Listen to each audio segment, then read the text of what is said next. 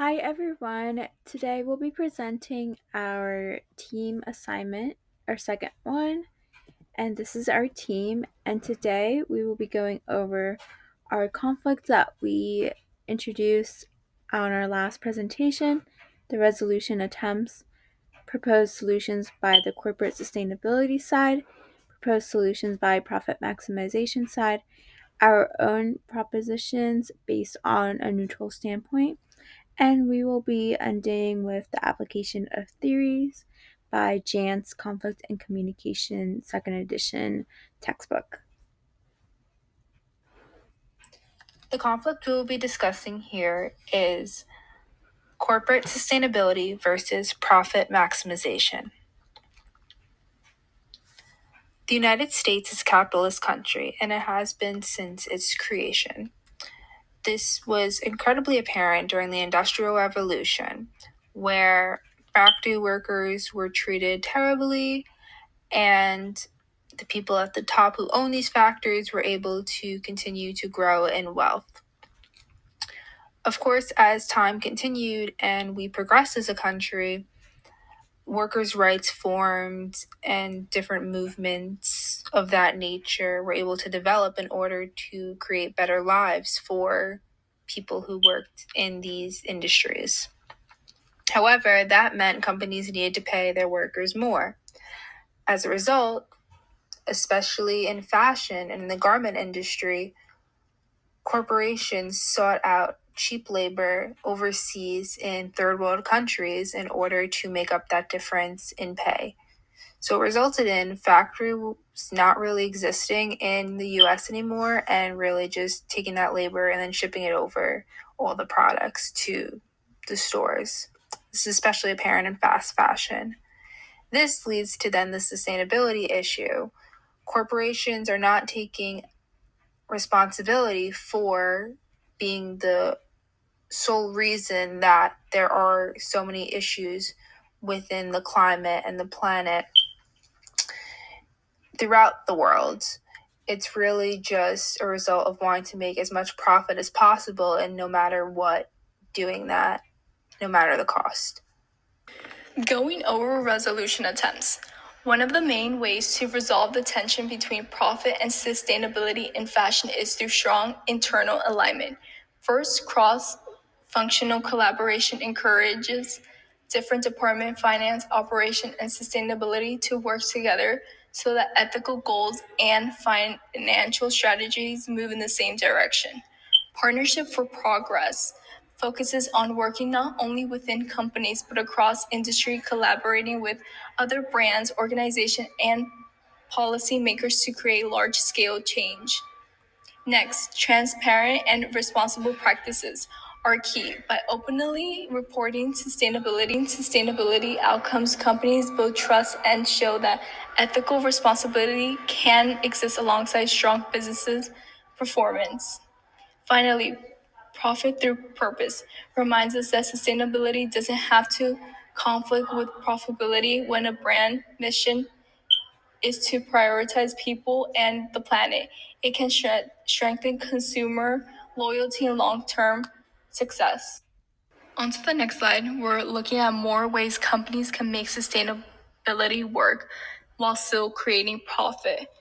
First, brands need to shift their focus from short-term profit to long-term value, thinking about lasting impact instead of quick financial gains. They could also work with government, NGOs, and local communities to expand their sustainable efforts and reach more people. Investing in green innovation is another big step. For example, using new materials or cleaner technologies that reduces waste and open up new market opportunities. It's also important to partner with responsible suppliers and check that production stays fair and environmentally friendly at every stage. Companies should rethink how they measure success, not just by profit, but by how their action affect people and the planet. And finally, investing in sustainable materials and production method can help lower costs over time and make eco-friendly fashion more affordable for consumers. The fashion industry is actively struggling to motivate consumers to pay higher prices for sustainable fashion products.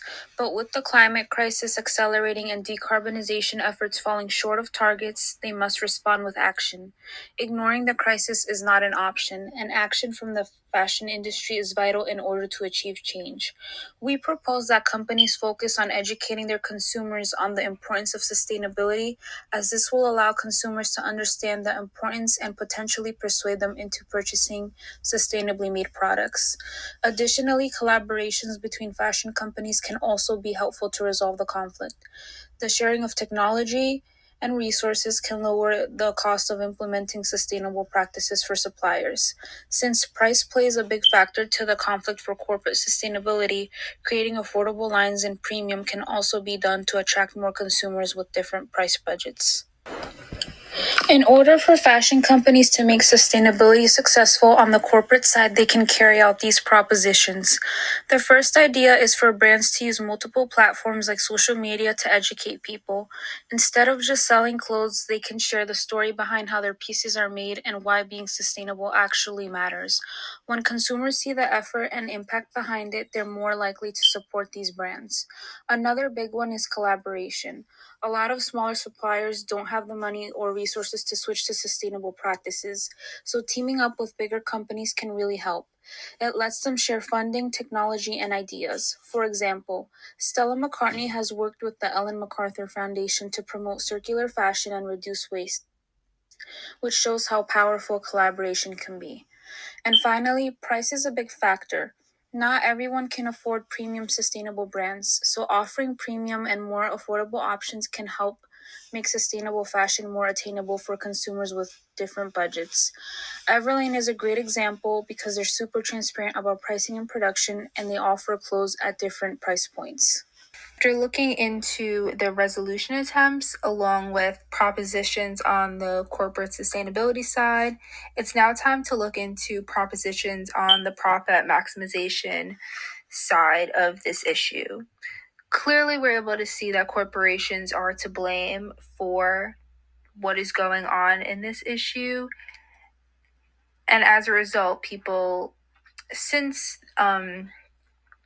sustainability became a big topic around 50 years ago, have been really trying to form some sort of way to get these companies' attention. And now it's been the time where this has been occurring. Companies still want to profit at the end of the day. There's no doubt about that. That is how the people at the top continue to stay at the top. And there's been many different approaches, especially in fashion, that have been noted for how this is handled on the corporation side. For example, some companies just ignore the people completely and continue to do the methods that they're doing. They don't care about how products are made, how the workers are treated, how this affects the planet. They just ignore it. And since they know they have a sole customer base, they're able to still get people to shop there.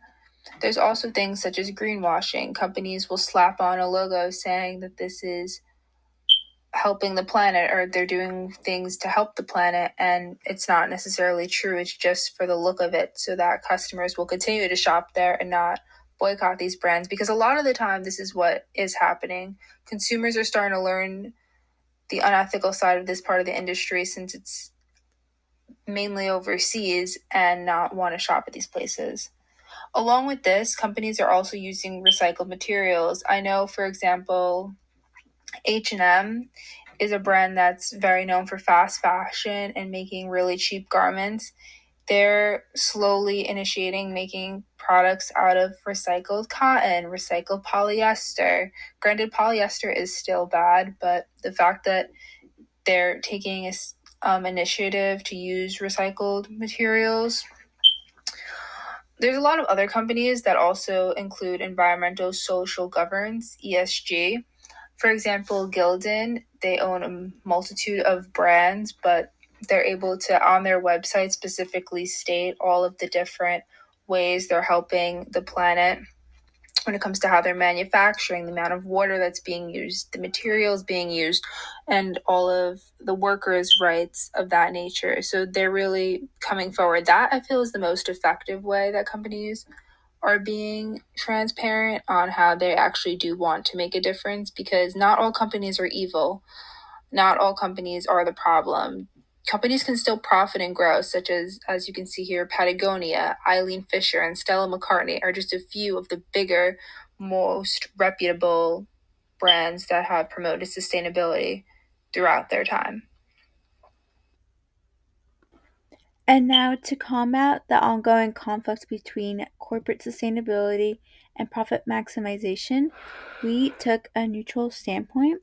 This way, we could propose actionable strategies that aim to harmonize both objectives rather than prioritizing one over the other. And this is very important in not just workplace or organization conflicts, but in our everyday lives and in our future careers.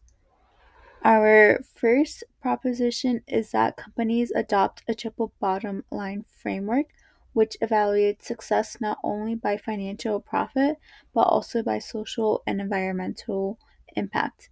This encourages decision makers to consider long term value over the short term gains and profits. Our second proposition is suggesting the implementation of cross functional sustainability councils within organizations. This is a council where representatives from finance, environmental teams, and operations collaborate to align goals and identify shared benefits. Our third point is businesses investing in sustainable innovation, such as not just energy efficient technologies like solar power, but also through eco friendly product design, which will lead to cost savings and also gain a competitive advantage. Our fourth one is transparent reporting standards that integrate sustainability metrics into annual financial disclosures. This will help stakeholders see the connection between responsible practices and profitability. And our final proposition is that companies should be engaging in stakeholder dialogue, including customers, employees, and communities, to better understand evolving expectations and co create solutions that serve both people and profit. These propositions aim to bridge the divide by fostering collaboration, accountability, and a shared vision for sustainable growth. Now, more specifically, how does our conflict with corporate sustainability and profit maximization apply to these concepts that we see in conflict and communication? Well, particularly Chapter 2 on power and conflict styles applies to this conflict. We see that neutrality in this debate requires balancing assertiveness with cooperation. The integrative conflict style is most aligned with this approach, as it seeks win win outcomes through open communication and mutual respect. Power dynamics play a crucial role in this conflict. Sustainability advocates may lack formal authority but wield referent or expert power, while profit driven executives like CEOs, FMOs often hold legitimate or coercive power.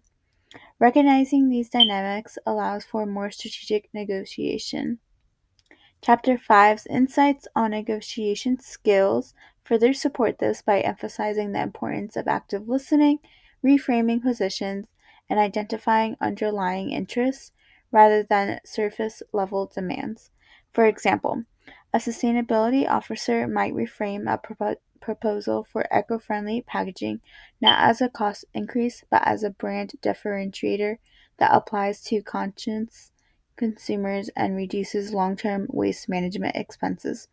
By applying these theories, the neutral stance becomes not passive but proactive, facilitating constructive dialogue, bridging ideological divides, and guiding organizations towards sustainable profitability.